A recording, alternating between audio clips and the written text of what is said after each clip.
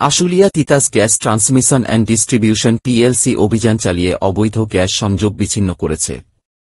সকাল থেকে আশুলিয়া জোনাল অফিসের আওতাধীন বাগবাড়ি ঈদগাহ মাঠ এলাকায় 2 কিলোমিটার পর্যন্ত অভিযান চালিয়ে 5 শতাধিক বাসাবাড়ির অবৈধ গ্যাস সংযোগ বিচ্ছিন্ন করা হয়। জব্দ করা হয় নিম্নমানের পাইপ, রাইজার, চুলা। এ অভিযানে আশুলিয়া জোনাল বিপণন অফিসের ম্যানেজার প্রকৌশলী আবু ছালেহ মোহাম্মদ খাদেমুদ্দিনের নেতৃত্বে সহকারী প্রকৌশলী মোহাম্মদ আসওয়াদ, উপ সহকারী প্রকৌশলী মোহাম্মদ সুমন আলী সহ তিতাসের কারিগরি টিমের সদস্যগণ উপস্থিত ছিলেন।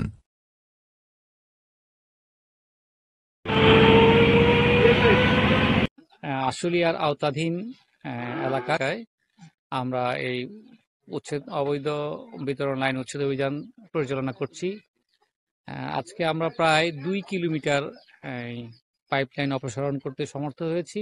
এতে প্রায় 5 শতাধিক অবৈধ গ্যাস ব্যবহারকারীর গ্যাস সংযোগ আমরা বিচ্ছিন্ন করেছি।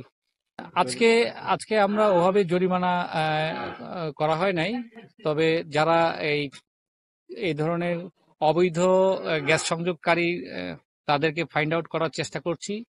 আমরা তথ্যপত্র নিয়ে তাদেরকে অবশ্যই আইনের আওতায় নিয়ে আসবো ইনশাআল্লাহ।